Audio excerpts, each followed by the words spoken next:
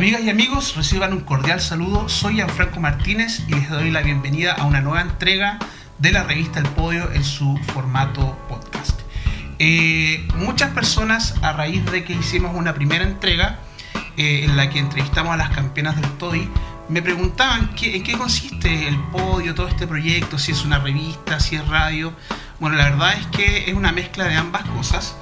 Y básicamente el objetivo que tiene este medio es simplemente difundir el debate como metodología activa para la enseñanza del pensamiento crítico, así como también ofrecer un espacio a personas que generan instancias para estos mismos efectos. Es por esto que hoy estamos con dos personas muy reconocidas que prácticamente han hecho una carrera en torno al debate. Hablamos de Nicole Hansen y Ricardo Gómez. Nicole, Ricardo, bienvenidos a nuestro programa. Gracias. ¿Cómo están? Bien, pues. Muy bien, Gianfranco. Muchas gracias por la invitación. Perfecto. Gracias a ustedes por haberse hecho el tiempo de compartir con nosotros. Bueno, quiero comenzar esta entrevista, o mejor dicho, una conversación, permitiéndome escarbar un poquito en sus memorias, en sus recuerdos, y trasladarnos al año 2013, la vieja Europa, España, la ciudad Madrid, la Universidad Complutense de esa ciudad.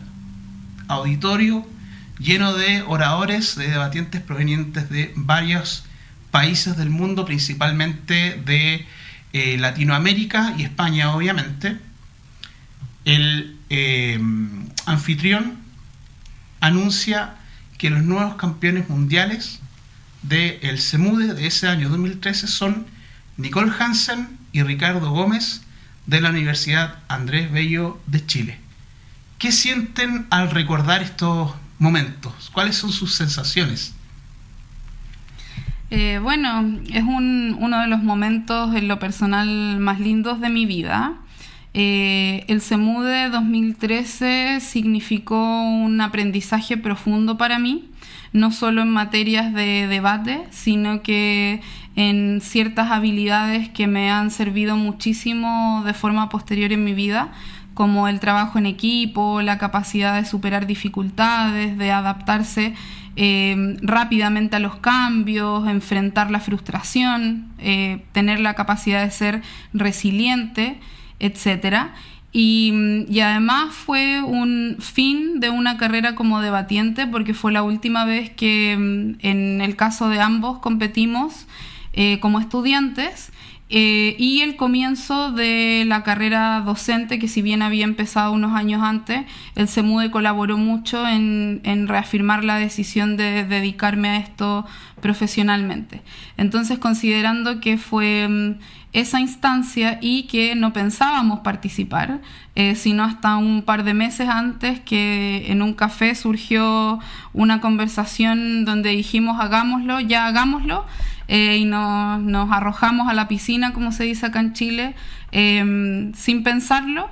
Resultó una de las mejores decisiones que he tomado en mi vida. Gian es un gran activador de emociones. Me sentí un poco trasladado a ese momento. Esa era la idea. Sí, se logró completamente. En el que estamos frente a un auditorio bastante lleno. Estamos todos frente a esta audiencia y dicen que Chile gana el campeonato. Fue un abrazo muy tembloroso. Recuerdo con gran estremecimiento ese momento, porque no fue fácil. No fue fácil porque supuso desde un principio arriesgarse muchísimo a la evaluación de personas que muchas veces fueron estudiantes de uno y de toda una comunidad en general. Entonces, estar ahí y que a uno le fuera mal en los primeros debates, porque esa fue la realidad. O sea, yo recuerdo que más de algún momento se nos llamó a una esquina y en particular Catherine López va y a mí me dice: eres muy fome, estás hablando todo en términos lógicos, tienes que tratar de hacer un poco más entretenido tu discurso. Y yo no estaba acostumbrado a que me dieran ese tirón de orejas para aprender. Entonces tocó aprender muchísimo, tocó pasar muchas frustraciones en las que uno desde el estudio de la argumentación suponía que su argumento estaba muy bien entregado, pero en el caso mío me pasaba que ese argumento no tenía recepción y era porque tenía una pésima forma. Entonces tocó aprender cosas que en su momento yo consideré que no eran necesarias aprender y me tocó partir de cero. En ese sentido, la cohesión que se da en el equipo, tener una compañera al lado que te apoye cuando tienes que cambiar todo tu estilo de debatir, es muy fuerte. Y eso en todos los debates está presente hasta que finalmente dicen, sabes, ya ganaste. Yo no sé si nos abrazamos creyendo la noticia que habíamos ganado. Me parece más bien que nos abrazamos como con el descanso de decir, sabes, se acabó. Sí. Se acabó y logramos aprender un montón. Yo sé que esto puede sonar retórico, pero lo cierto es que pasamos tantos momentos de tanta angustia, de no comprender literalmente lo que estaba pasando, que cuando todo esto terminó fue un agradecimiento recíproco. Yo así sentí ese abrazo. Sí. ¿Era importante para ustedes ganar el SEMUDE justo en esas etapas de sus vidas? Yo pienso que uno no puede decir que no es importante ganar una competencia. Creo que sería poco sincero plantearlo. Ahora, la pregunta es ¿cuánta importancia tiene eso? Me parece que tanto Nicole como yo nos ingresamos a este torneo para medir finalmente, para seguir aprendiendo, porque estábamos los dos desarrollando proyectos de docencia y de capitanear equipos escolares. Entonces uno necesita de alguna manera también exponerse a esta evaluación para de alguna forma motivar a los estudiantes a decirles, ¿sabes? Sí es posible. Me parece en ese sentido que si nos iba muy mal, de todas maneras iba a poder volver a Chile y decirle a mis estudiantes, ¿sabes? Yo me expuse, me fue pésimo, entonces, bueno, hazlo tú también, ¿por qué no? Y si me iba bien, el mensaje era prácticamente el mismo. Entonces, me parece que desde la primera conversación que tuvimos hubo siempre esta inclinación docente en someterse a este experimento que significó debatir en ese campeonato. Otro punto importante es que en ese momento en Chile estábamos sosteniendo una lucha para poder encontrar una especie de institucionalización del debate, que ya avanzáramos desde que fueran simplemente agrupaciones estudiantiles sin reconocimiento por parte de las instituciones educativas, sin respaldo económico, etcétera, para avanzar hacia crear de verdad una institucionalidad seria que nos permitiera financiar proyectos para la labor social y académica que queríamos desarrollar y que compartíamos con Ricardo. Entonces, en ese sentido, yo entendía, por esa época también fue cuando yo estaba terminando mi carrera de pregrado, y yo entendía que una vez que saliera al mundo laboral, iba a necesitar que existiera este respaldo si yo quería dedicarme a la docencia de esta disciplina. Entonces, cuando se da el triunfo del SEMUDE, cosa que igual podemos cuestionar si está bien o está mal, pero era una realidad que los triunfos en competencia siempre llaman la atención y hacen que personas quieran invertir en la actividad más allá de si la entienden o no. Y eso, yo sabía eso, entonces se pudo concretar gracias al triunfo que tuvimos. Mi mayor esperanza, después de esta sensación de alivio que mencionaba Ricardo, que sentimos una vez que terminó, mi mayor esperanza era que esto sirva, que esto sea la plataforma, que esto sea el primer paso para empezar a cimentar el proyecto que queremos cimentar en Chile. Y hoy día, mirándolo en perspectiva, soy muy agradecida de que así haya sido. En general, ¿qué opinan? Y a propósito que estamos muy pronto a comenzar el SEMUDE aquí en Chile, en la ciudad de Valparaíso precisamente, en general, ¿qué opinan del debate competitivo? La competencia a mí me parece un mal, desde ya, o sea, parto de esa base. Me parece que la inclinación educativa y social se orienta hacia la cooperación, que me parece podría plantearlo como un antónimo de la competencia. De forma tal que si parto de esa base, entiendo la competencia en debate como un mal necesario. Nicole ya de eso hablaba un poco. El docente, el investigador, se encuentra frente a un aparato burocrático, y no tan solo en debate, sino que en general en la actividad académica, que no es atractivo en cuanto a una inversión por parte del privado o de instituciones que requieran justamente un flujo de capital. Entonces se necesita certificar o validar de alguna manera la actividad. Ahí entonces cuando la competencia por medio del trofeo, del diploma, del galvano, viene a entregar este elemento brillante que de alguna manera genera la confianza o el atractivo para que otras personas que no son técnicas, sino que más bien son burócratas, puedan finalmente financiarlo. Creo que ahí está el mérito de la competencia. También el mérito de la competencia está en el mismo desafío que supone. Uno como docente o como orador, debatiente, puede plantearse como el objetivo ganar. y en eso se puede perder completamente. Y puede cruzar esta línea entre lo que es un orador y un charlatán, aquel que en definitiva le da lo mismo por qué medios, simplemente ganar. Creo que en esa dificultad hay una oportunidad. Hay una oportunidad de defender principios, de establecer un ideario, de establecer, ¿cierto?, una línea editorial de los equipos que uno forma y también de la misma forma en que uno procede en la vida. Yo adhiero completamente a las palabras de Ricardo. Para mí la competencia debe ser siempre un medio y nunca un fin. Un medio para conseguir a veces visibilizar la actividad, para poner a prueba, porque también es innegable que la competencia resulta bastante atractiva para las personas más jóvenes que están iniciando en esta disciplina.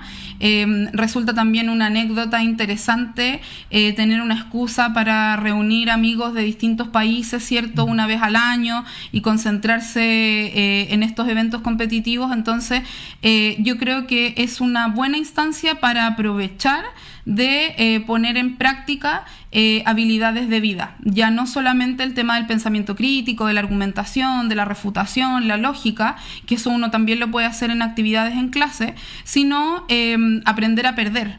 No solamente aprender a ganar, sino que aprender a perder, aprender a tolerar la frustración, desarrollar la resiliencia para recuperarse cuando los resultados no son los esperados, porque me parece finalmente que la competencia de alguna manera replica la vida misma.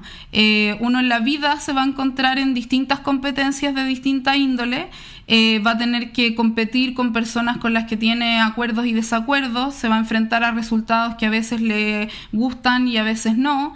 Entonces, finalmente, si lo tomamos desde esa perspectiva, me parece una herramienta más o una actividad más en la que también podemos aprovechar de enseñar, pero no me gusta cuando el foco es únicamente la competencia, cuando los equipos se concentran en entrenar solamente para ganar, por ejemplo, porque me parece que el impacto de eso es un tanto egoísta. Finalmente un triunfo en una competencia podría no significar nada si es que muere en uno. Entonces está más bien lo que haces con esa competencia, lo valioso que se puede obtener. Mira qué bonito y qué interesante cuando dices que en cierta forma el debate te prepara para algunos aspectos de la vida. Claro. Porque yo creo que muchos ustedes, por nuestra parte en la revista El Poder, tratamos de que la práctica del debate no solamente quede en el acto mismo de debatir, sino que también podamos extrapolar a otros aspectos lo aprendido. Y volviendo un poquito atrás y retomando lo que decía Ricardo con respecto a las competencias como un medio de difusión del debate, ¿sienten ustedes que ha logrado su cometido? Si han habido ejemplos o casos concretos en que podamos decir esto está ocurriendo porque gracias a una competencia se visibilizó esto y ahora, no sé, un ente particular o público ahora está financiando proyectos de debate? ¿Lo han percibido o todavía falta ese empujoncito para que alguien diga esto es valioso, ayuda a muchas personas a crecer en muchos sentidos, esto vale la pena apoyarlo? Yo creo que siempre falta. El día que digamos está listo, está hecho, no hay nada más que hacer, no sé, mejor retirémonos, porque siempre falta. Pero sin duda que yo creo que esto ha crecido. Yo creo que la competencia primordialmente, el fortalecer el circuito del debate en español, que hasta hace unos pocos años, hasta antes de que existiese SEMUDE, prácticamente no se conocía, ha ayudado a que esto se masifique, se multiplique en los distintos países de Latinoamérica, por cierto también en España. Ha ayudado a que el tema se profesionalice en el sentido de que cada vez más instituciones educativas estén apoyando estas iniciativas. Ha crecido el número de participantes. Yo recuerdo haber participado del primer SEMUDE en 2011 y éramos muy pocos equipos. y el impacto que tenía no era tan grande. Entonces sí uno mira como con optimismo eso. Sin embargo, mientras el tema crece y se fortalece, también surgen nuevos desafíos. Hoy día yo creo que hay problemáticas que quizás no teníamos cuando empezamos con el tema del debate en español. Y eso hay que estar al día con esas problemáticas también, con esos nuevos desafíos y trabajar para seguir adelante y que esto se siga fortaleciendo. Me parece además que en el caso más cercano que tenemos, que es Chile, a partir, por ejemplo, de una competencia que se creó el año 2005 como iniciativa desde el Ministerio de Educación, el hecho de que hoy día existan políticas públicas que promueven el debate como metodología y la adquisición de habilidades como la comunicación y el pensamiento crítico a través del mismo sean parte de una reforma educativa, que es lo que está ocurriendo hoy día en nuestro país, me parece fabuloso. O sea, sin duda esa es una evidencia y un ejemplo de que ha crecido. Parte como un grupo estudiantil y hoy día tenemos políticas públicas que se refieren a eso. Cuando uno revisa los participantes en torneos interescolares, por ejemplo, en los años, no sé, me atrevería a decir hace más de 15 años atrás, los equipos que estaban presentes eran más bien equipos de instituciones que tenían muchos recursos para generar debate. Hay que partir de la base que el debate es una actividad de ocio, es una actividad que no necesariamente tiene una remuneración detrás o que implica una labor productiva en términos materiales. Entonces la dificultad económica va a estar siempre presente. Y eso hacía que fuera más bien un patrimonio prácticamente exclusivo de instituciones que tenían una serie de otras necesidades ya resueltas. Me parece que ahora la realidad es distinta. No tanto como uno quisiera, como bien dice Nicole, cuando tengamos todo hecho, bueno, entonces habría que dedicarse a otra cosa. Claro. Eso nunca va a pasar. Pero sí, ahora me parece que se ha democratizado mucho más el debate en cuanto a temas de estrato social. A mí no me parece extraño ver en un torneo interescolar acá en Chile a un liceo municipal de muy bajos recursos versus otro que tiene gran tradición y que tiene grandes recursos para hacerlo. Esa maravilla que se está dando me hace sentir muy contento, creo que vamos en una buena dirección. Sin ir más allá, la evidencia concreta de tener debate en las Fuerzas Armadas de Orden y Seguridad acá en Chile. Sí. Existe acá un torneo interescuelas en el que está el equipo Carabineros dirigido por Nicole. En el caso mío también he podido trabajar en el equipo de la Escuela Militar. Eso me parece que es un ejemplo para el mundo. O sea, si finalmente las instituciones, que son aquellas que tienen el monopolio del uso de la fuerza, están haciendo debate, bueno, entonces me parece que hemos llegado a transversalizarlo de manera muy potente. Así que creo que sí. Si saco una foto ahora y veo la foto de hace 15 años atrás, me quedo con la de ahora en cuanto a masividad de la disciplina. Mira qué interesante, sobre todo el tema de las Fuerzas Armadas debatiendo. Me parece notable. Estoy sin palabras, chicos. Sí, es que es un ejemplo. Si uno se pone a revisar lo que ha pasado en la historia de Chile, que ahora puedan universitarios estar debatiendo en la misma sala con militares, por ejemplo, es un sueño republicano. Quizás puede sonar exagerada la emoción que siento frente a ese tipo de cosas, pero a quienes no la han vivido, yo los invito a que vean esos debates y se den cuenta cómo al finalizar nos abrazamos todos por igual y lo que queda finalmente es amistad cívica en base a la cual debatimos. ¿Y cómo sienten que ha sido ustedes la recepción del público universitario, simplemente por mencionar un público que ha dado a los debatientes uniformados en este caso? ¿Ha sido buena? ¿Cómo ha sido ese proceso? Porque debemos decir que no es algo que sea muy habitual y tal como ustedes dicen, tengo entendido que solamente en Chile se está dando eso. ¿Cómo ha sido esta recepción? Sí, bueno, en el caso particular yo lo puedo hablar desde mi experiencia docente en la Escuela Militar, institución que, por cierto, estuvo dirigiendo la Junta Militar en los tiempos de dictadura, y veo cuando mis estudiantes llegan a instituciones de educación superior y son recibidos como un universitario más. Me parece que era poca la gente que antes del foro de debate sabía que, por ejemplo, un estudiante de la Escuela Militar está sacando una carrera profesional con un grado propiamente tal. Y ahora se sabe porque además del debate está el post-debate, que es cuando se sientan a conversar ya no como primer ministro, ya no como argumentador, sino que se sientan a conversar como dos seres naturales, como dos estudiantes, y conocen más de sus vidas. Entonces ocurre muchas veces que el prejuicio viene dado por la ignorancia, por el desconocimiento del otro, y el debate ahí se constituye en un punto de encuentro notable. Así que mi experiencia, por lo menos en cuanto ha significado acompañar a equipos de la escuela militar a debatir en un montón de lugares, ha sido siempre positiva. Ya son 5 años que estoy vinculado a la institución y me atrevería a decir que nunca he visto un sesgo de discriminación respecto del equipo. Yo comparto totalmente la experiencia. Yo tengo la posibilidad de ser docente en la Escuela de Carabineros y recientemente este año también levantamos un proyecto en la Academia de Ciencias Policiales donde no solo estudian aspirantes para convertirse en carabineros, sino que en el caso de la academia estudian carabineros que ya tienen 20 o 25 años de servicio, que están aspirando a altos cargos dentro de la institución y formándose para eso. Y ha sido tremendamente conmovedor y gratificante ver que desde la institución existe esta inquietud y esta necesidad por otorgarle a sus carabineros herramientas como el pensamiento crítico, el desarrollo del criterio, la resolución de problemas, etc.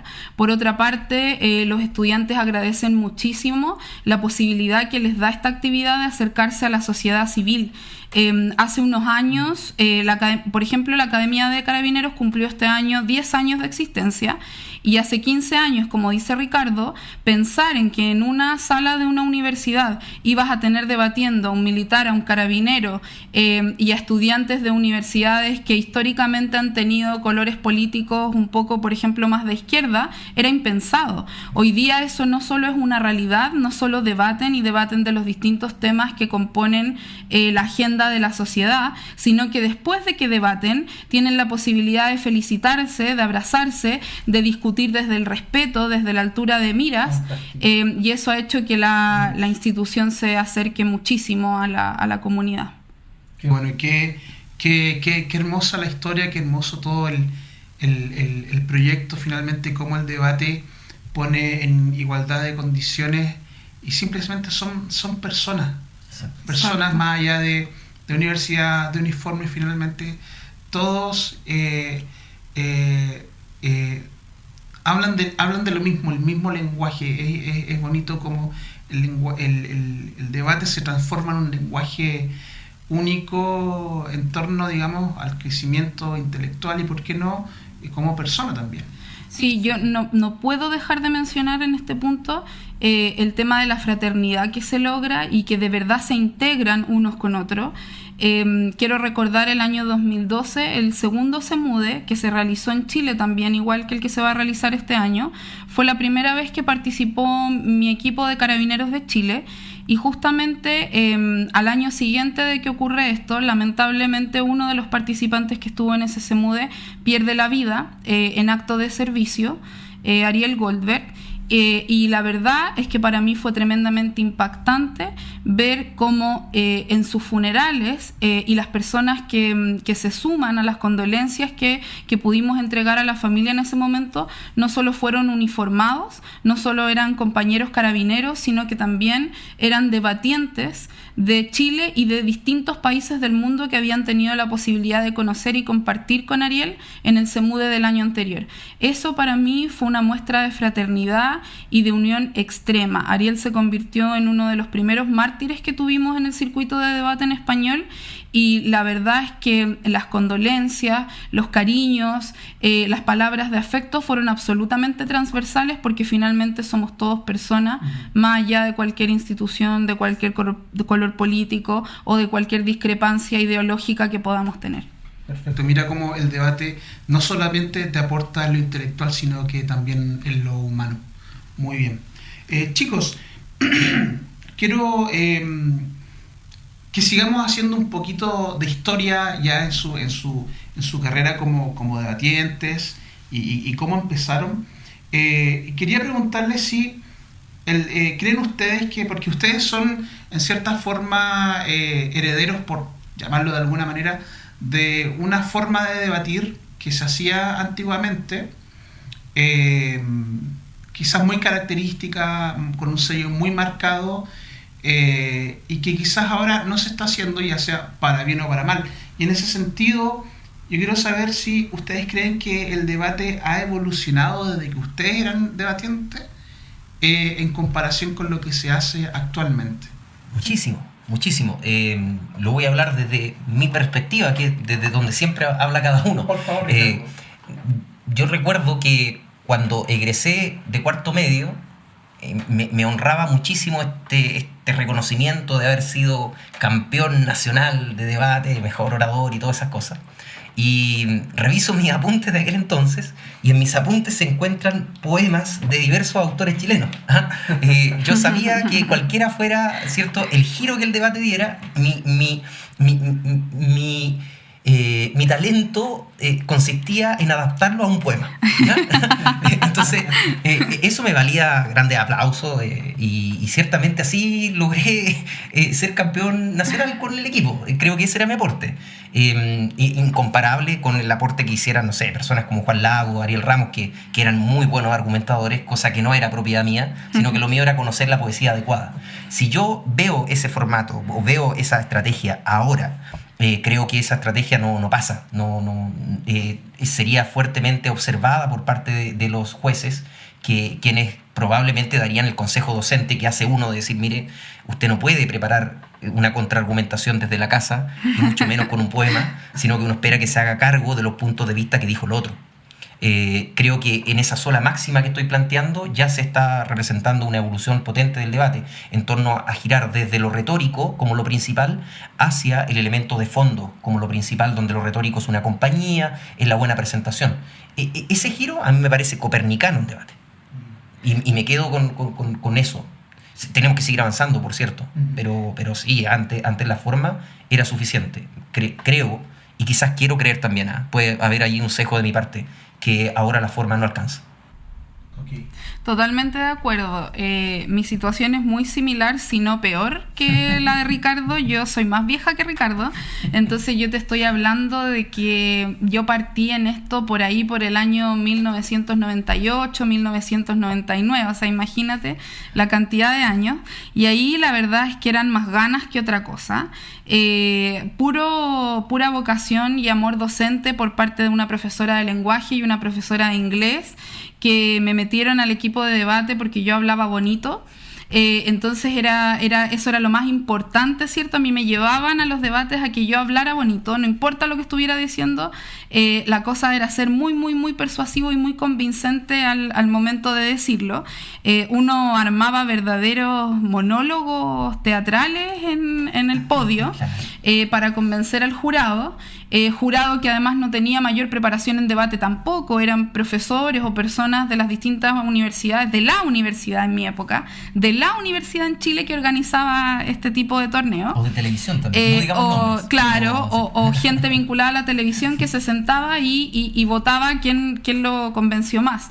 Hoy día me parece que hay una seriedad y un profesionalismo con la que se enseña debate, con la que se enseñan todas las disciplinas afines al debate, como el pensamiento crítico, la filosofía, la argumentación, etcétera, tanto desde los equipos que se preparan en debate como de los jurados que les toca la labor, ¿cierto?, de evaluar estos debates. Y en ese sentido adhiero plenamente a lo que decía Ricardo, que hoy día la forma es un medio para poder comunicarlo de mejor manera, pero sin duda que hoy día sería insuficiente pretender ganar un debate solamente hablando bonito.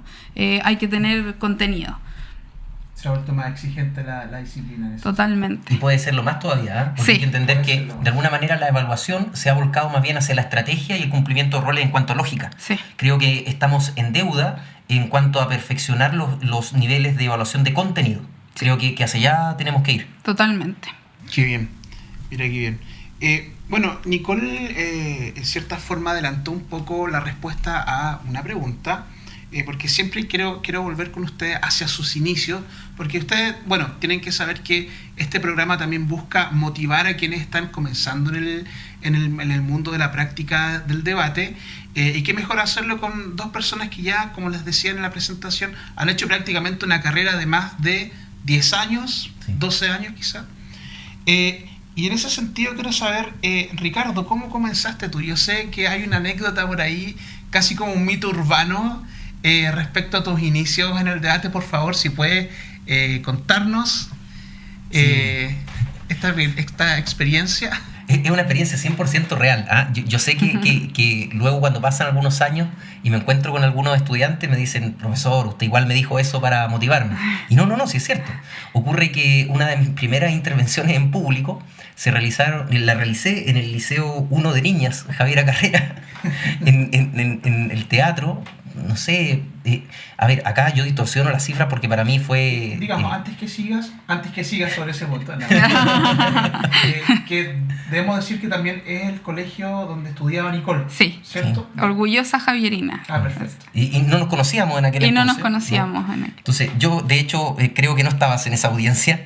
No si creo. No serías cómplice en cierto modo también. Sí. Porque yo me paro frente a esta audiencia, entonces me toca hacer el discurso y veo a las estudiantes ahí. Y yo teniendo unos 14 años probablemente, no sé de qué color me habré puesto, y mi actitud fue esconderme bajo el podio. Eso fue. Yo me escondí bajo el podio, en cuclilla, y el locutor dice, el orador del Instituto Nacional, por favor, que salga a dar su discurso. Y yo tiritaba bajo el podio, y no podía. Entonces, mi profesora sube al escenario, mientras se escucha el murmullo y la risa de la gente, me dice, Ricardo, ¿qué te ocurre? Es que no puedo. Que el orador, por favor, salga a dar su discurso. Ya. Baja ella, salgo nuevamente de mi guarida, miro esta audiencia, tiritando. No puedo. Y tomé mis papelitos y me fui y crucé este teatro a la puerta del fondo y me fui hacia el colegio. Lloré lo que había que llorar. Esa es la verdad de las cosas. Y ya luego, claro, conversando con mi profesora, me explica muy pedagógicamente que todos tenemos habilidades distintas. Lo mío eventualmente era investigar, ¿cierto? Y armar estrategias, pero no hablar en público todavía. Y en aquel entonces le dije, por favor, déjenme persistir, que necesito seguir. Y así fue como al final, después con Nicole, fuimos al Mundial y contra viento y marea ganamos el Mundial. Entonces, frente a una audiencia más grande que en el Liceo 1. Exacto. Y ya en aquel entonces no me escondía bajo el podio, lo que es cierto, es una superación importante. No teníamos podio además en España, entonces no podía esconder. Pero al final se puede. Sí, el primero que tiene que vencerse es uno mismo. Volviendo a la pregunta, ¿cierto?, de la competencia, es una competencia diaria la que tenemos. El tema es que muchas veces la enfocamos mal, porque no es que yo tenga que vencer al otro, sino que el primero que tengo que vencerme es a mí mismo en mis miedos. A mí me tocó de cerca y ahora lo utilizo como experiencia real para motivar a quienes quieran meterse en esta maravilla del debate. O sea, confirmamos acá en la revista El Podio que esto no es un mito, sino que es verdad. Es verdad. Perfecto. Es verdad. Y si por ahí escucha esto, Antonia Saldívar, que en aquel entonces era oradora de el Villa María Academy, ella puede dar fe de cómo se bajaba del podio cuando se enteró de esta historia y se acercaba a mí, me hablaba directamente a mí para que yo me sumergiera en mi silla y después saliera espantado a hablar. Entonces, sí, hay muchas cosas que vencer ahí. Si esto hubiese ocurrido en los años más recientes, habría videos en YouTube y todo eso, pero menos mal que para proteger la dignidad de Ricardo no hay testimonio gráfico de ese momento. No, pero qué bien que también exista este componente de superación de las dificultades que bueno, se puede dar en otro orden de cosas, pero el debate también, como tú decías, también es una competencia con uno mismo, ¿no? Siempre. De superar sus propios miedos. Siempre. Totalmente. Si por ahí hay una profesora escuchando, muchas veces los niños no se atreven a hablar en público y lo que tenemos que hacer es llevar una máscara a la sala de clase o colocar que todos miren hacia adelante y que el niño o niña esté al final hablando. A veces el debate parte por vencer los propios miedos, pensar que uno se va a equivocar. Bueno, equivoquemos no, si para eso estamos. Exacto, yo totalmente de acuerdo con eso. A mí no me pasó ninguna experiencia de este tipo. Igual era un desastre en mi época. Los discursos se tenían que aprender de memoria como unos 3 o 4 meses antes del debate. O sea, de verdad, después de 4 meses repitiendo el mismo discurso de 3 minutos, uno se lo sabía al revés y al derecho. Y igual durante el debate yo cambiaba todo, se me olvidaba, improvisaba, etcétera. O sea, igual era muy difícil. Y yo creo que más que superar los miedos, tiene que ver con aprender a vivir con algo que es muy normal, es algo eminentemente humano. Hay muchísimos estudios que establecen que hablar en público es uno de los peores miedos del ser humano, que está presente en gran parte de la población. Entonces hay que un poco también hacer las paces con eso, normalizarlo. Yo siempre les digo a mis estudiantes más pequeños, sobre todo, que esto es algo que a todos nos ocurre. A veces los más grandes no me creen, pero yo les digo, y es verdad, que después de haber hecho esto por más de 15 años, hasta el día de hoy me produce ansiedad y me pone nerviosa enfrentarme a una audiencia. Hasta el día de hoy me produce una sensación física de nerviosismo el tema de exponer frente a un público. El tema es que ya uno, con la práctica, con los años, con el aprendizaje, con la experiencia, empiezas a hacer que esto no se note, empiezas a aprender cómo manejarlo, pero no es que esto sea como una cosa tan ajena, es algo muy propio del ser humano. Hay que normalizarlo, hay que aprender a vivir con eso y entender que todos podemos eventualmente poder exponer, por ejemplo, frente a una audiencia sin que se note lo que estamos sintiendo en términos de nerviosismo. Perfecto, entonces el consejo para todos quienes nos escuchan es que esto se puede superar y los beneficios que esto trae de sobreponerse y seguir adelante, ser perseverante en esto, son grandiosos, son muy valiosos. Perfecto, totalmente. Muy bien. Quiero saber perdón, ¿qué dificultades, siempre pensando en cuando ustedes estaban comenzando en el mundo del debate, qué dificultades tuvieron que enfrentar? No sé, una de lo que más, el tema más recurrente en los que están empezando en esta área es el apoyo familiar, porque a veces los papás no entienden lo que está haciendo su hijo en un taller extra programático en el colegio, que se queda más tiempo ahí para debatir. ¿Ustedes pasaron por algo similar a eso? Sí, en mi caso, yo enfrenté obstáculos desde que comencé en esto, tanto en el ámbito externo de muchas personas de mi entorno, escolar, por ejemplo, o posteriormente del entorno universitario, que no entendían por qué le dedicaba tanto tiempo y tanta energía a esta actividad. Muchas veces las personas ni siquiera saben lo que es el debate, tienen una concepción similar a lo que han visto en televisión, por ejemplo, con los debates presidenciales, entonces lo asocian más a una discusión, a una pelea, que a una sana crítica, como es el debate que nosotros entendemos. Entonces siempre hay cuestionamiento desde esa perspectiva, pero a nivel familiar hay un cuestionamiento que ya a estas alturas es una anécdota en nuestra familia, porque desde muy pequeña, cuando yo empecé con esto, en el colegio, mis papás, que son bastante conservadores y bastante tradicionales, me decían que por favor me enfocara en lo realmente importante. ¿Qué era lo realmente importante? Los estudios formales. En la primera etapa en el colegio, luego y sobre todo en la universidad, era concentrarse en el título profesional y obtener ese certificado rápidamente, sin perder tanto tiempo en debate, porque mis papás nunca entendieron que yo voluntariamente, digamos, hiciera pijama party en la sociedad de debate de la Universidad Andrés Bello, estuviera fines de semana completos con mis compañeros de la sociedad de debate, comiendo, durmiendo y respirando debate por varios días. No lo entendían. Entonces siempre el cuestionamiento era: por favor, Nicole, concéntrate en tus estudios. Después, con mi hermano menor, que es David, desde que él estaba en sexto básico, yo también lo llevaba a las actividades de debate y empecé como a influenciarlo negativamente, según mis papás, para que también se metiera en esta actividad. Entonces después la queja era contra David, diciéndole: por favor, no seas como tu hermana. Claro.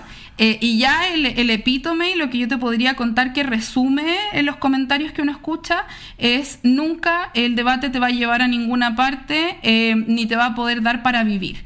Me encanta que después de varios años ya de haber egresado del colegio y de la universidad, poder decir que el debate me llevó a muchas partes. Me llevó en términos simbólicos a aprender cosas que yo dudo que exista otra carrera u otra disciplina que te las enseñe de la misma forma.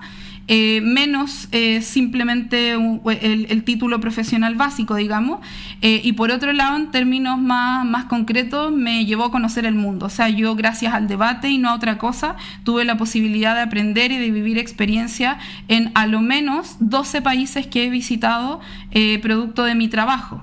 Y por otra parte, afortunadamente logré hacer carrera profesional en eso y hoy día vivo gracias también al debate, y ese es mi sustento, mi salario, mi trabajo también. Entonces me encanta que mis papás, mis profesores y las personas que se oponían a esto en un principio hayan estado equivocadas. Y las vueltas de la vida, yo siempre cuento también esta anécdota, que con los años mi papá se terminó enamorando de la actividad y hoy día es un orgulloso profesor universitario de debate, de pensamiento crítico y comunicación, así que el pasado te condena y nunca digan nunca, porque podrían terminar siendo profesores de debate. Mi experiencia al respecto fue más afortunada. Tuve siempre el apoyo incondicional de mis padres y también de mi hermana. Somos un núcleo familiar bien pequeño, pero incluso iban a los debates. Yo recuerdo en la universidad, incluso mi padre andaba con una armónica. Y más de alguna vez tocaba la armónica cuando finalizaba el debate, era bien fan. Yo me acuerdo de eso, había barra. Sí, había barra. Sí. Invitaba a compañeros de trabajo incluso. Sí. Entonces, yo creo que eso viene también fuertemente dado porque mis padres no accedieron a la universidad ni a estudios de escolaridad completa. Entonces, este mundo académico llamaba mucho la atención. Recordemos que habían políticos, habían personas que aparecían en televisión entre los jueces. Entonces, eso a mis padres como que de alguna manera les daba a entender que la cosa iba para bien. El problema a nivel de colegio, en esa etapa, estuvo dada por la dificultad económica de estar desarrollando una actividad que no me proveía de recursos con los que yo eventualmente podía ayudar en casa. Siendo que ese tiempo, si lo hubiese dedicado, no sé, a estar de empaque, por ejemplo, podría haber aportado en la casa. Esa fue la dificultad. Pero luego esa misma dificultad hizo que yo pudiera estudiar gratis la carrera que estudié y además con apoyo económico directo de la universidad. Entonces fue gracias al debate justamente que luego mis estudios universitarios se hicieron de manera sustentable. Entonces tuve el apoyo transversal en ese momento, fue sustentable económicamente y ahora estoy en una etapa de mi vida en la que las cosas son al revés. Porque se espera socialmente que tenga quizá determinado trabajo, determinada marca de auto o esté trabajando en determinado estudio jurídico. Esta conversación la he tenido con familiares, por ejemplo. Y no, es muy difícil a veces explicarle al familiar por qué uno está metido en un liceo municipal enseñando argumentación y por qué no está, ¿cierto?, en un estudio jurídico haciendo para lo que supuestamente estudió. Pero me parece que eso no es exclusivo del debate, se da a todo quien se dedique con amor a la docencia. En este momento tengo esas como críticas de personas muy queridas, las tomo como una observación cariñosa de quien quiere lo mejor para mí y que no comparto en esta etapa de mi vida. Creo que ahora estoy volcado 100% a difundir el debate. Y bueno, ya después si económicamente se requiere otra cosa, ahí se verá. Pero al final del día el modelo ha funcionado. Este modelo de ir a lugares en los que se paga por un servicio de primera calidad de enseñanza y con ese mismo pago uno liberar algo de tiempo para ir a lugares donde no están los recursos y entregar el servicio de la misma calidad, enseñando lo mismo pero sin los recursos. Eso hasta el momento ha funcionado, esperemos que siga funcionando, así que si escucha algún patrocinador por ahí, se agradece. Tal cual. Eso. Los patrocinadores ahí a estas palabras. Chicos, vimos el pasado, quiero saber bien concretamente, ¿en qué están hoy en día? Bueno, en mi caso estoy dedicada 100% a esto que amo, que es el debate, el pensamiento crítico y las disciplinas afines. Estoy dedicada a promoverlo, a generar nuevos proyectos en relación a estas temáticas. Es un sueño para mí hoy día poder estar colaborando con 2 proyectos que me hacen muy, muy feliz. El primero es Críticamente, que es una asociación que se dedica a impulsar este tipo de proyectos y de la que estoy feliz de participar porque siempre quise pertenecer a una institución donde uno no estuviese limitado por temas como la burocracia, la política, los recursos, etcétera, para poder de verdad dedicar, lo que decía Ricardo, liberar el tiempo y la energía para dedicarse a proyectos que a uno lo llenan de otras formas que no son necesariamente monetarias. Y en Críticamente, el pertenecer a esta asociación, que es una asociación de colegas que compartimos estos ideales, me lo ha permitido. Entonces eso me hace muy feliz. Y por otro lado, era un sueño para mí que nunca me imaginé que se pudiese concretar, estar colaborando con el Ministerio de Educación. Yo trabajé por 10 años en el sector privado, en una de las universidades más grandes de Chile, pero que es una universidad privada. Y desde allí traté de también sostener mis programas sociales y todos los programas que a mí me interesaba sostener, pero la verdad es que siempre sentí que algo faltaba, porque me parecía que donde se necesita más fortalecer esto es en la educación pública. Entonces, poder estar hoy día colaborando activamente con la implementación de la reforma en proyectos que garantizan ese acceso a colegios públicos, no solamente de Santiago, sino que de todo Chile, es algo que me hace profundamente feliz. Entonces, en términos de lo que es el debate y el pensamiento crítico, estoy abocada a eso plenamente. Bueno, yo por mi parte, muy concretamente, ahora estoy asesorando al equipo de adjudicación del Campeonato Mundial Universitario de Debate. Siempre los campeonatos universitarios, cuando terminan, generan una serie de redes de las cuales surgen nuevos proyectos. Probablemente eso también va a pasar. Y acá en Chile, muy dedicado a toda la vinculación social que tiene el debate, trabajando en muy distintos sectores sociales, y también con los movimientos que ello significa en cuanto a la reivindicación de una serie de promesas de igualdad que son debidas, y colaborando como un colaborador, como un aprendiz también de esos movimientos, en la medida que uno pueda servir también a ello. Abriendo foros donde logramos reunir, por ejemplo, a personas de ideas políticas tan diversas como José Antonio Cast, con Daniel Jadwe de Recoleta, ¿cierto? Uno de un sector muy duro de derecha, otro de un sector muy duro de izquierda, y demostrando que se pueden hacer foros con esas dos personas, ¿cierto? Con Ariel Ramos, también un técnico en materias de educación, y conversando sobre eso frente a una audiencia escolar que no se agrede, que enseña, ¿cierto?, que la violencia que muchas veces vemos en televisión no ocurre cuando hay jóvenes que quieren aprender. Estoy muy dedicado a eso, a organizar ese tipo de foros, y de manera transversal, en sectores donde existen muchos recursos para hacerlo, y también en sectores donde no existe ningún recurso, pero están las ganas.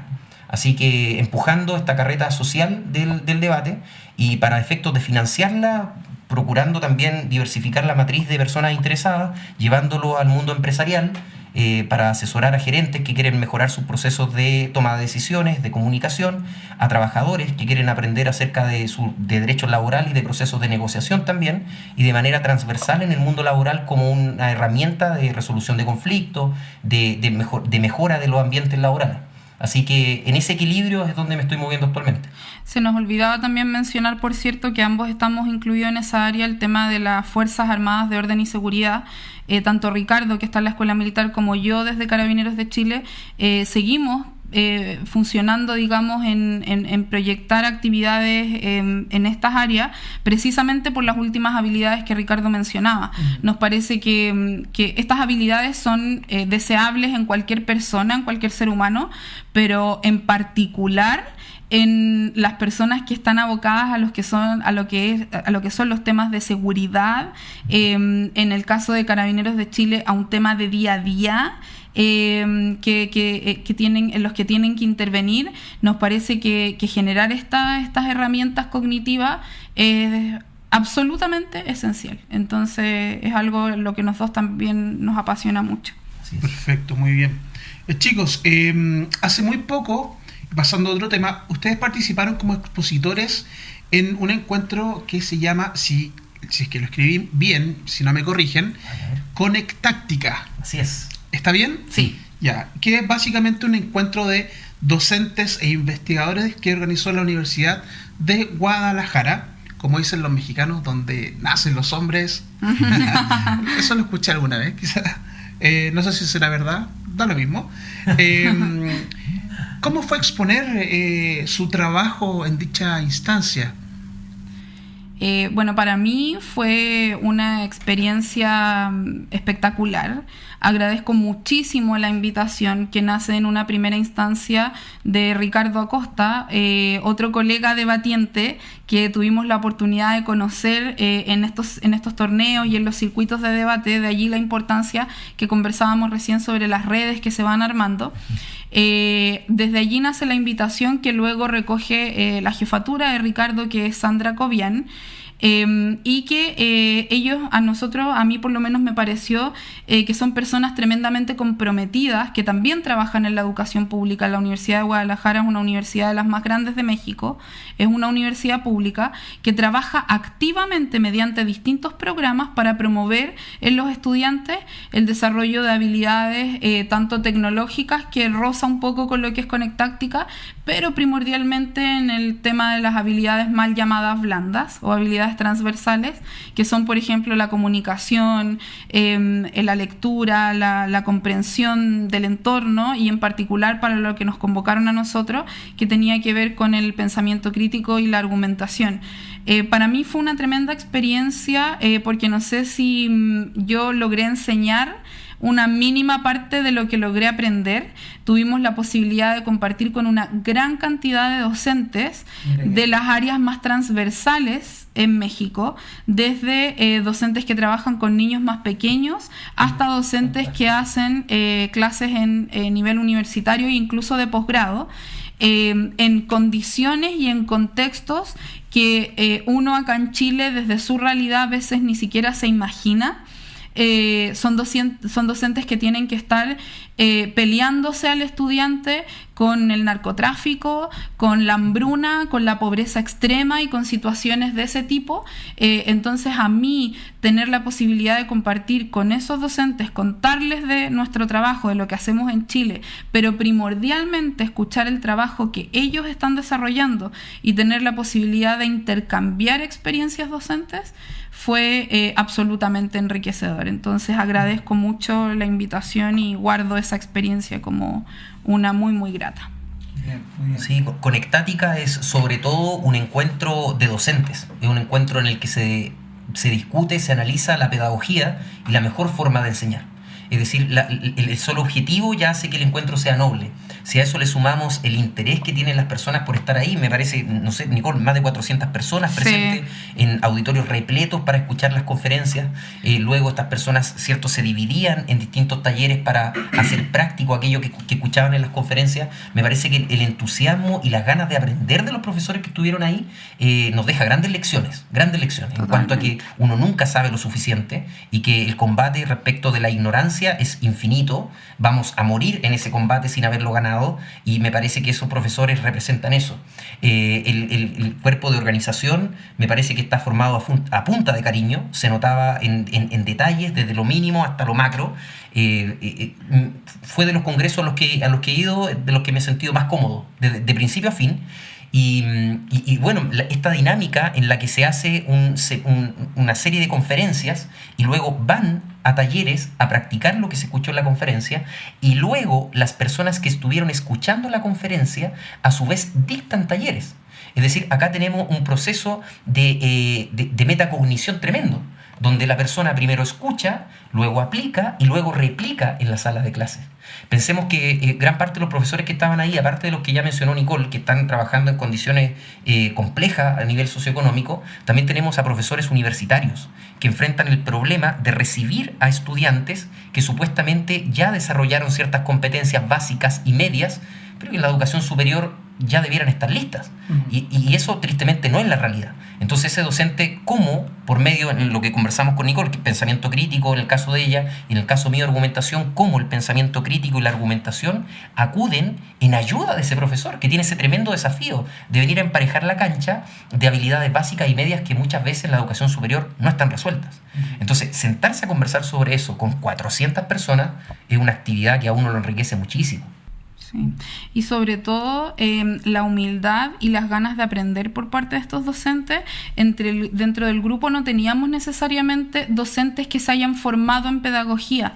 Teníamos ingenieros, teníamos médicos, teníamos abogados, teníamos distintos profesionales que enfrentan tener el desafío de tener que enseñar distintas cátedras sin necesariamente contar con las herramientas. Entonces el ejercicio de decir, yo soy esto, pero me falta para ser profesor, y por lo tanto está bueno que me capacite y está bueno que me junte con mis pares a revisar mi práctica docente por el bien de mis propios estudiantes, es un ejercicio que no es tan común. Yo creo que un profesor que no tiene la humildad de reconocer que todavía puede mejorar, que todavía puede aprender y de cuestionar su propia práctica, es un profesor que no dudosamente va a lograr enseñar algo. Entonces eso yo lo agradecí profundamente. Perfecto. Mira, uno de los aspectos que a mí me encanta del debate es la transversalidad. Y cuando yo logro que alguien que no necesariamente está ligado al debate, pero considera que estas herramientas, estas habilidades a desarrollar son importantes, me produce una personal satisfacción. Permítanme que lo diga, pero me gusta poder decir eso y confirmarlo siempre. Chicos, ya casi cerrando esta conversación, quiero ir a otro aspecto de sus vidas. Sabemos que ustedes, quienes los conocemos de manera más cercana, sabemos que ustedes se dedican a otras cosas también que no tienen que ver con el debate. Por su parte, Ricardo es runner. Sé que ha competido en los torneos más carniceros, poniendo a prueba su integridad física incluso. No sé si con riesgo vital, no sé si... a veces también hay algo. Y Nicole, por su parte, tiene un proyecto de responsabilidad social que se llama Belleza desde el Alma. Por favor, cuéntenme a grandes rasgos en qué consiste en términos del running, porque yo no sé de eso, la verdad, me considero ignorante, y por favor, si puedes explicarnos en qué consiste el ser runner y no, por ejemplo, maratonista, o quizás estoy confundiendo los conceptos. Por favor, Ricardo, puede ser. Y Nicole también nos detalla un poquito de su proyecto Belleza desde el Alma, y lo que más me interesa sí es cómo se vincula el pensamiento crítico en estas áreas que pareciera no tener mayor relación. Por favor. Es una pregunta compleja. Efectivamente, runner implica al individuo que corre. Puede ser cualquier distancia. Generalmente se conocen los maratonistas, que son aquellos que se especializan en correr 42 kilómetros, que es una distancia estándar, de ahí baja a 21, 10, 5 kilómetros. Yo no practico ninguna de las anteriores, porque pienso que para practicar las anteriores se requiere una preparación muy, muy rigurosa y ser bastante veloz. Yo no me preparo ni muy rigurosamente y menos soy veloz. Entonces, la disciplina que me quedaba es hacer ultramaratones, que son carreras de 100 kilómetros, 120, 130 y así hacia arriba, hasta las 100 millas, que son 160 kilómetros en montaña. Entonces uno se encuentra con condiciones climáticas muy adversas, a veces corriendo a grandes alturas, con la hipoxia, que eso significa. Son carreras mentales, por cierto. O sea, el cuerpo soporta físicamente, pero es la cabeza la que va empujando. Toda vez que cuando uno corre 100 kilómetros y la carrera dura 20 horas, por ejemplo, en montaña, no es lo mismo correr en bajada que correr en subida. No es lo mismo correr cuando el clima está perfecto y hay una temperatura ideal, que cuando está amaneciendo y hace un frío tremendo, cuando a uno lo encuentra nieve, lo encuentra niebla. Entonces son carreras mentales, suponen la preparación física para no poner en riesgo la vida, ser precavido en el sentido de llevar siempre instrumento de primer auxilio en mochila y cumplir con las normas de seguridad básicas, y lo demás es mental. Y es ahí donde el tema del pensamiento crítico entra. En mi caso particular me cuesta mucho encontrar espacios de reflexión en la ciudad, donde ando cotidianamente vestido con una corbata, con un traje, donde sé que en cierto modo también se nos evalúa incluso por el tipo de reloj que andemos trayendo. Me cuesta la reflexión en ese espacio. encontré un refugio en la montaña y moviendo los pies, poniéndolos uno delante del otro, y cuando logro ver amaneceres a 5.000 metros de altura, en lugares a los que no puedo llegar en bicicleta, en moto, en auto, sino solo con mis pies, entonces ahí ocurre el milagro que a uno se le doblan las rodillas solo y tiene un espacio para reflexionar, para volver sobre uno mismo. Es ahí donde uno quizás en perspectiva se da cuenta que no es ni tan poderoso como creía que era, que al final del día todas las posesiones económicas a 5.000 metros de altura, en condiciones de clima adversos, con 100 kilómetros que recorrer, no importan. Es en ese lugar donde el gerente que es corredor es igual con la persona que barre la calle y que también es corredor, y si uno está doblegado a la orilla del camino va a venir el gerente y lo va a ayudar, y va a venir el barrendero y lo va a ayudar, y todos nos vamos a ayudar. Eso lo encuentro en carreras. Entonces el pensamiento crítico sí está presente ahí, porque también tengo que ver en perspectiva lo que hago. O sea, estar corriendo no me hace un superhombre ni mucho menos. Es un espacio de reflexión. Nunca llego primero. Mi desafío principal consiste en no llegar último, y practico eso porque me demoro mucho en cansar. Entonces mi estrategia consiste en que los demás se cansen antes que yo. Creo que ahí aplico pensamiento crítico en la justa medida de ver cuánto vale esa disciplina. Y por cierto, las tesis que luego aparecen en los debates que organizo vienen de la montaña. Ahí es donde se inventan.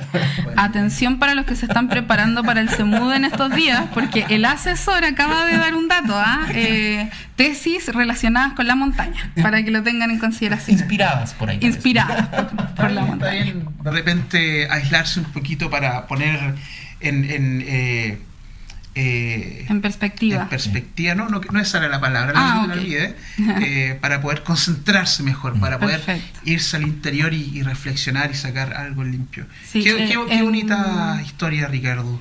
En mi caso, yo ya hace 5 años ya, que convivo con una enfermedad de origen autoinmune que se llama esclerosis múltiple. Producto de mi inmunidad debilitada por esa enfermedad, he sufrido otros problemas de salud a lo largo de mi vida. Claramente la salud no es lo mío. Y en los últimos 2 años padecí sucesivamente, en unas 4 oportunidades aproximadamente, distintos tipos de cánceres. Para mí este periodo de mi vida es clave, porque ya hace tiempo que venía trabajando en el tema del pensamiento crítico, del debate, venía estudiando, investigando, enseñando sobre esto, pero durante este periodo que me obligó a tomar un receso forzado, en el que estaba viviendo este tema del cáncer, me animé a plantear un esquema propio de desarrollo del pensamiento crítico que tenía que ver primordialmente con mi experiencia a lo largo de los años trabajando con niños pequeños, con estudiantes de colegio, con universitarios, con profesores, etcétera, y cómo podíamos adaptar de mejor manera eso a lo que ocurre en Chile y en particular también a la experiencia que pude recoger de otros países hermanos en Latinoamérica. Y para mí, en esos momentos, tener esta ocupación de crear este esquema fue sin duda uno de mis puntales y de mis pilares al momento de brindar la lucha contra la enfermedad que estaba padeciendo. La verdad es que cuando uno dice que si uno es un pensador crítico o es un debatiente, eso es un estilo de vida, tiene que ser coherente y tiene que entonces aplicarlo, tal como dice Ricardo, no solamente en la ciudad, cuando estoy vestido formal, trabajando, sino que aplicarlo en todos los momentos y etapas de su vida. En el caso de Ricardo es en una montaña, en mi caso fue puntualmente en una habitación de un hospital. Y en ese sentido fue que me di cuenta que el pensamiento crítico es también una herramienta poderosísima de obtención de un estado de bienestar cuando uno no se encuentra tan bien, por ejemplo en este caso enfrentando un problema de salud. Y particularmente Belleza desde el Alma nace porque en medio de esta batalla que yo estaba librando contra el cáncer, me surge la posibilidad de tomar un curso de maquillaje, que puede sonar como algo muy superficial, ¿cierto? Como muy alejado de algo como más significativo, pero la verdad es que no lo fue. En este curso de maquillaje tuve la posibilidad de conocer el maquillaje terapéutico, tuve la posibilidad de encontrar un refugio, una distracción y una red de contención en las personas que componían la escuela donde pude tomar este curso, que me dio una perspectiva totalmente diferente respecto de las distintas habilidades y herramientas a las que uno puede echar mano cuando está en una situación difícil, como por ejemplo enfrentando un cáncer. Y en ese sentido, apenas me dieron la última de mis altas, que es un alta entre comillas, porque cuando uno se enferma de cáncer, esa es una enfermedad que te va a acompañar toda la vida. Uno tiene que chequearse y ser muy responsable por el resto de sus días. Pero cuando recibí el último de los vistos buenos que recibí en el último tiempo, dije, yo esto lo quiero transformar en algo que ayude a otras mujeres en la misma situación en la que estaba yo. Fue así como, muy apoyada por la escuela donde tomé este primer curso, se nos ocurrió implementar un programa de responsabilidad social que se llama Belleza desde el Alma, porque busca empoderar a las mujeres que están en esta situación mediante herramientas como el maquillaje, como la utilización de accesorios que, aunque suene superfluo, hacen mucho la diferencia cuando uno se ve al espejo y se ve enfermo, devastado, afectado por una enfermedad.